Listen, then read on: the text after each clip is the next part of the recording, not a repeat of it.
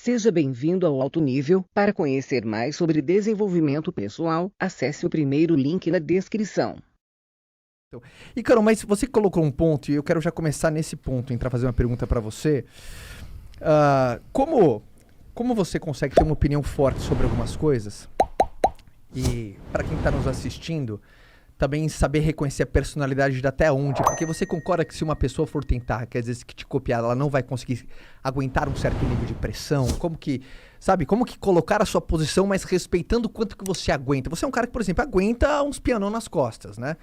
Então, tem esse ponto, não tem, de você respeitar? Tem gente que se dá melhor em conflitos, tem gente que não, pela personalidade, não se dá muito bem com algum tipo de confrontos. Como é que você enxerga isso, assim? Cara, existe uma frase de um colega meu, uma pessoa que eu admiro muito, o Henrique Breda, o gestor da Alaska. Ele colocou num post que você pode ler e estudar e gastar o tempo que for adquirindo conhecimento sobre uma quimioterapia. Mas você só vai fazer ideia do que é uma quimioterapia de verdade se um dia, infelizmente, alguém da sua família ou você mesmo vier a enfrentar uma quimioterapia, né? Uhum. Resguardar das devidíssimas proporções, eu tenho uma aula lá no Novo Mercado só sobre cancelamento, que foi quando aconteceu aquele evento do Felipe Neto, que a gente acabou monetizando bem, fizemos aí quase 7 milhões de faturamento naquele evento. Tem como contar rapidamente, caso alguém não viu aqui, o que aconteceu? Cara, eu tenho uma linha editorial muito forte e com muita personalidade. E eu tento fazer as pessoas saírem da zona de conforto. E era justamente naquela semana que o preço do arroz não parava de subir. E tava todo mundo falando. E era o arroz. E, cara, metade das minhas... Eu abro caixinha sempre, religiosamente, há mais de 2 anos. E metade da minha caixinha era sobre o preço do arroz. E de tempos em tempos, quem aqui já viveu no Brasil e não está debaixo de uma pedra, sabe que existe algum gênero alimentício que sobe 800% e todo mundo reclama. Geralmente é o tomate ou alguma coisa assim. E tava todo mundo falando do arroz. E eu tava de saco cheio desse negócio do arroz. Porque no Instagram não é gente pobre de verdade. É um monte de gente de classe média que estudou em escola particular, filho de empresário, de médico, de contador, de dentista, de enfermeira, de funcionários públicos. É um cara que tem um smartphone e cara, acessa a internet. É um cara que, na boa, se você não tá fazendo 4 ou 5 contas, a culpa é tua, cara. Porque assim, você não precisou trabalhar com 6, 7 anos de idade pra poder estudar também. E aí as pessoas perguntando sobre arroz, e eu falei, cara, enriqueça e você não vai se preocupar mais com o preço do arroz. E aí vai pro Twitter, o Twitter é aquele lixo barraco, tóxico, né? Todo, né? E aí alguém compartilhou. Isoladamente foi. E o post foi caminhando pras bolinhas da esquerda. E aí o Luigi, que inclusive é um cara que acompanha o conteúdo, já troquei ideia com ele no direct, o Luigi foi lá e compartilhou. E aí o Felipe Neto compartilhou.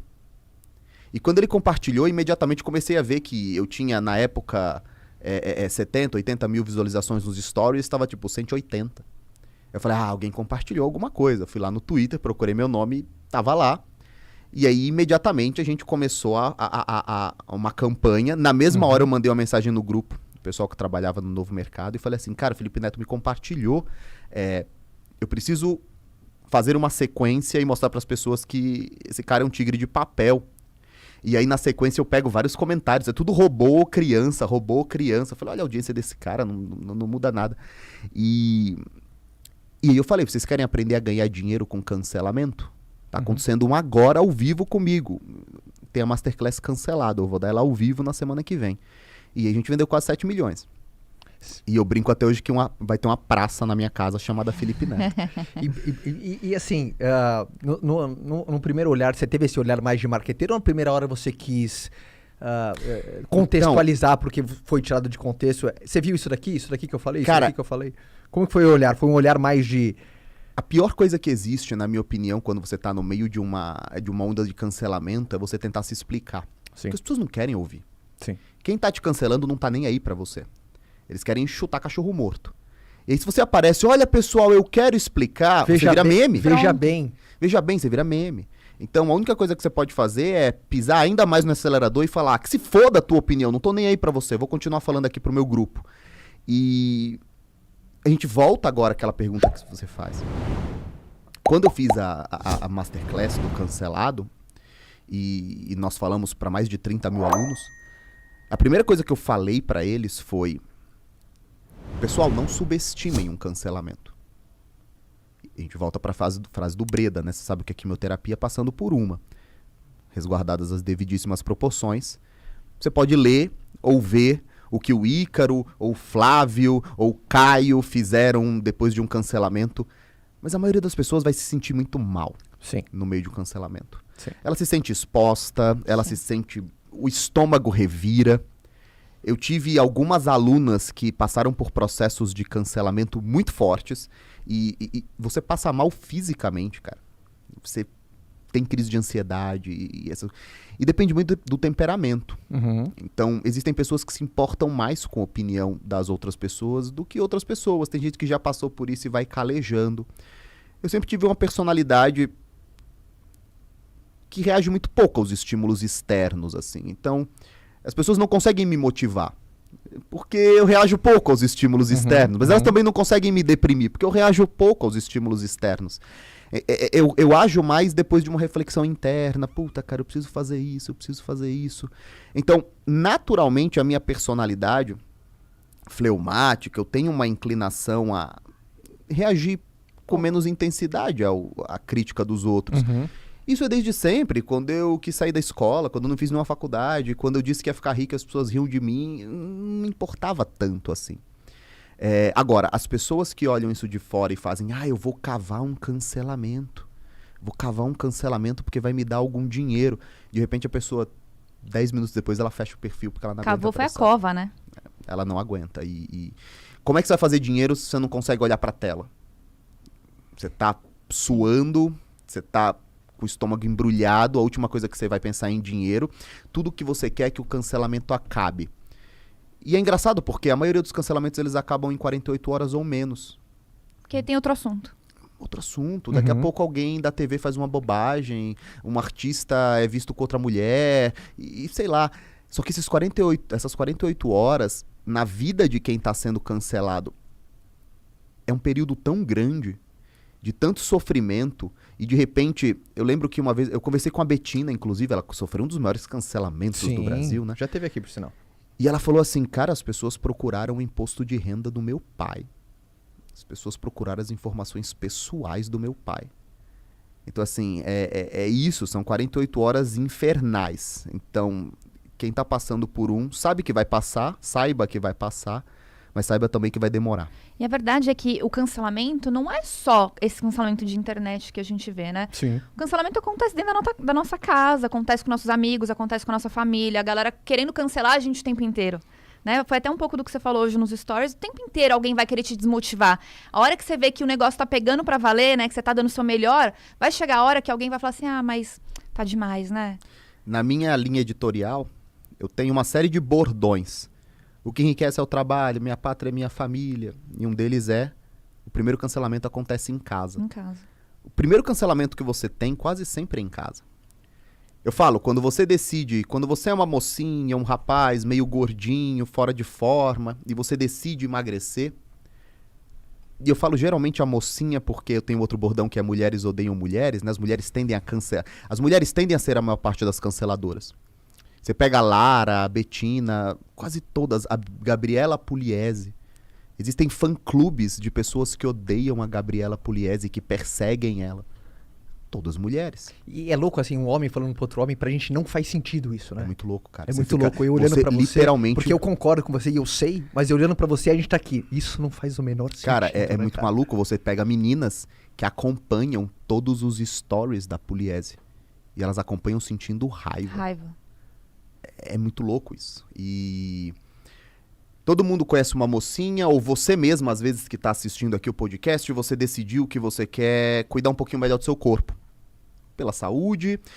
E esse papo de saúde eu acho uma bobagem também, porque é pela estética mesmo. Eu falo, todo mundo quer transar de pé e se ver pelado no espelho e gostar do que vê. É isso. 15 anos de casado, o cara tá dando a bistecada de pele, sabe que ganhou. É mais do que qualquer 7 em 7. Luz acesa. Esse é o cara que eu conheço. Esse é o Brasil de verdade. Pô, o cara é Iron Man, você acha? O cara pedala 70 Aqui quilômetros. é podcast, não é mais ou menos cast, é podcast. E ela decide que ela quer melhorar. E eu decidi há 2 anos que eu quereria melhorar também. Imediatamente todas as amigas do escritório encorajam ela. Não, vamos lá, é verdade. Nossa, você precisa. E aí, no meio do processo, a mocinha, ela pega gosto. E ela começa a ir pra academia todos os dias, e ela começa a abrir mão do pudinzinho, do brigadeirinho, da pipoquinha, do saquinho de rosquinha que trouxeram, do biscoitinho. E aí ela começa literalmente a realmente formar um shape. Nessa hora, todas as amigas que apoiaram ela vão dizer, pô, mas agora tá demais. É. Não, mas agora chega. Você só pensa nisso. Bitolou. A vida não é só isso. E aí, rapidamente, as mocinhas que incentivavam e que passaram a criticar, nasce raiva dentro do coração dela. Chesterton falava que o homem traz dentro do seu coração todos os diabos que existem no mundo, né? E de repente ela vai ficar muito grande, muito forte, tá parecendo homem. E esse cancelamento acontece por tudo. Experimente, eu tenho um amigo bilionário, não é o Flávio, todo mundo acha que é o Flávio sempre que eu falo isso, e que eu falei assim, cara, como é que foi na tua família, lá do interior, de um estado pobre, quando as pessoas viram que você estava enriquecendo de verdade? Ele falou, cara, minha família simplesmente ignora isso. Meus primos, meus tios, eles não querem reconhecer. Eles sequer pensam no assunto. Porque ninguém sente raiva do Bill Gates.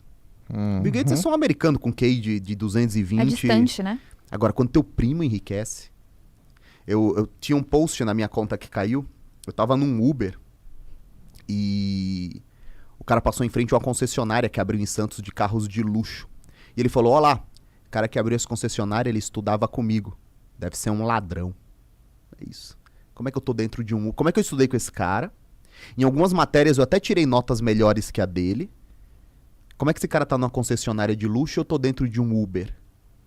Ele só pode ser um ladrão. Ele só pode ser um safado. Se é mulher, pra quem que ela deu? Ela tá saindo com quem? Então o cancelamento ele acontece primeiro em casa e depois publicamente. A maioria das pessoas param em casa. Elas fazem o primeiro story da vida delas. Nessa hora elas recebem 4 brincadeirinhas. E aí, tá virando um blogueiro? Vai vender o que no Hotmart? Ela desiste. Você sabe que você falou de mulher, é muito interessante. Tem um perfil no Instagram que eu acompanho de uma revista famosa e que vem colocando cases de sucesso de mulheres. E você olha os comentários, eu olho os comentários, é terrível. Quando é um homem que está sendo postado, ninguém fala muita coisa. Agora, quando aparece uma mulher que fez milhões, não importa se a matéria foi paga ou não, não importa. Sabe? A galera acaba com a pessoa. Acaba. Dá desespero. O Brasil inteiro ou ama ou odeia a Anitta. Você percebe um monte de mulheres odiando a Anitta. Não, porque ela ganhou dinheiro balançando a bunda, ela ganhou dinheiro fazendo não sei o quê, ela ganhou dinheiro... Você já parou 30 segundos pra olhar como é que ela ganhou dinheiro de fato? E aí o Nubank contratou, que absurdo, contratar a Anitta e não sei o quê. As pessoas só odeiam qualquer figura de sucesso.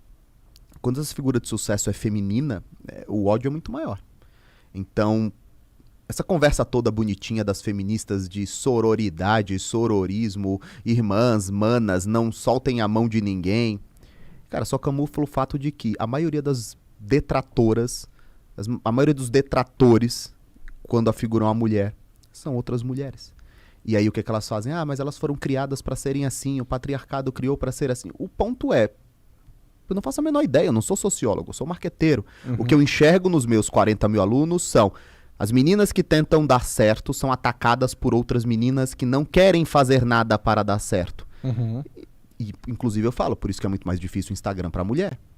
O homem sempre vai ter bem menos hater do que a mulher. É muito mais difícil.